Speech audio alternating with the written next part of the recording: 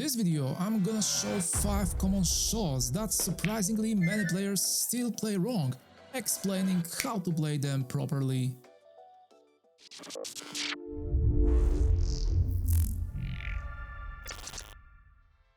We have cue ball in hand and we need to get from the 8 ball to the 9 ball, which seems to be quite obvious thing.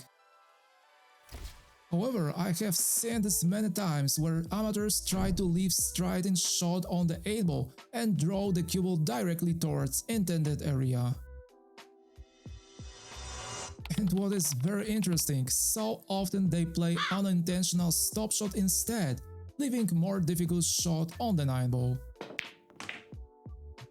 And actually, sometimes, which is also very common mistake, they draw the cue ball way too much, which also may result with more difficult shot on the 9 ball. This positioning is of course possible, but it requires a perfectly timed amount of backspin to leave the cue ball with good shape on the 9 ball. Okay, so this is our first solution where we have to leave a bit more angle towards side rail and try to draw the cue ball back using only touch of right spin. We use side rail as a break, so it is extremely easy to control cue ball's path as well as speed of that shot, so it is practically impossible to fail this positioning. However, surprisingly, this is not the best solution to this situation, because instead you should put the cue ball between 8 ball and side rail and pocket it into the left side pocket using only topspin. We should leave slight angle to the left or right and use side rail to better control speed of that shot. Trust me, this is very predictable and repeatable option and can be extremely useful when we want to produce easiest possible positioning. Going forward, we need to talk about this interesting scenario where we face final 9 ball. I am practically sure that most players will try to roll this ball into the side pocket with no spin, and it will be a big surprise for you, but this is not a good choice. Making this ball into that pocket is of course possible, but in some cases we may miss this ball, even if we aim it correctly.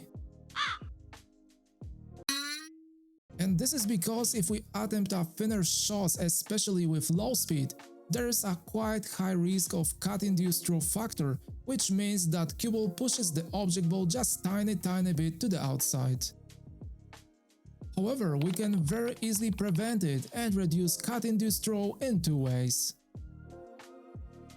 First of all, we have to use more speed, and secondly, apply a bit of outside spin. The first method reduces throw naturally, while in the second case we experience impact of another factor called spin-induced throw, which in that case pushes the object ball to the inside. But to increase possibility of making the 9 ball, I'm gonna pocket it into the corner pocket. As you can see, I'm using a bit more speed and hitting the cue ball with a bit of low right spin, which causes it to follow very safe path. I believe that this solution will be the best choice for many players, where we want to increase confidence during stressful moment of a match. Alright, moving on, we experience this common situation where we need to get from the 8 ball, which is a pocket hanger, to the 9 ball, which is close to the side rail. This shot looks quite simple, and I'm sure that most amateurs try to just make this ball using a follow shot and send the cue ball towards top area using only one rail. But surprisingly, cue ball ended very low and too far from side rail, what highly increases difficulty of the 9 ball. So in this case, many players think that we have to increase amount of speed, but cue ball ends up even in much worse place, much further from the 9 ball. And this happens because follow on the cue ball naturally forces it to keep moving in the direction we are shooting. Instead, many players try to hit much harder with low left spin, which guides the cue ball to the top area, but this time we may face troubles to get good shape on the 9 ball. And actually, using same contact with A ball but applying bit of right spin, we can leave the cue ball in bottom area. But pocket hangers are shots that we don't need to play that full, because there is a relatively high margin of error, so we can hit much thinner and cue ball will behave completely different. When we roll the cue ball with no spin again, but we make a much thinner contact with A ball, then it going naturally almost parallel to the side rail, landing with pretty good shape on the 9 ball. I'm pretty sure that all of you ended up with this situation, where we face this quite tricky money ball. This is another commonly missed shot because many players take the wrong approach. First common mistake is trying to slow roll this ball with no spin, which generates high risk of cut-induced throw. The next mistake that a lot of amateurs make is trying to bring the cue ball to the top area using low right spin. This is absolutely unnecessary thing because we increase difficulty of that shot and we are exposed to impact of deflection, so we can very easily miss that shot. Instead, you should hit the cue ball with just bit of topspin and use natural angle of that shot, which guides the cue ball along a very safe path.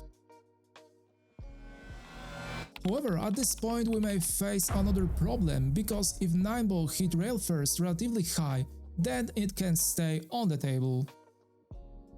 And this is the reason why we should always aim for the pocket opening, because using this approach we highly increase chances to make a ball, even if we hit it quite hard.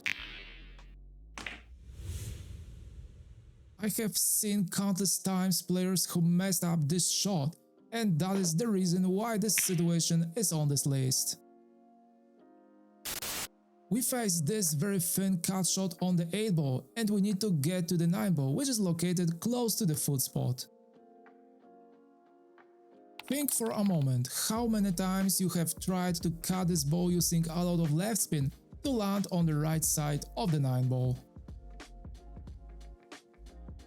This shot is of course possible, but we have to use very low speed to keep the cue ball low on the table. However, because we use a lot of side spin, then it is extremely easy to misjudge trajectory of the cue ball and hit A ball at the wrong point. On the other hand, we can hit bit too hard and land too far from the 9 ball. The key to this situation is being able to understand the natural path of the cue ball. If we hit the cue ball with no spin, then it follows this path and going towards top area. And actually, if you try to extend this path by playing a bit harder, then cue ball follows its natural path longer, and actually this path looks absolutely perfect, because we end with perfect shape on the 9 ball to the bottom right corner. And well, I would definitely recommend to always play such a shot that way, because we are able to easily control path as well as speed of that attempt.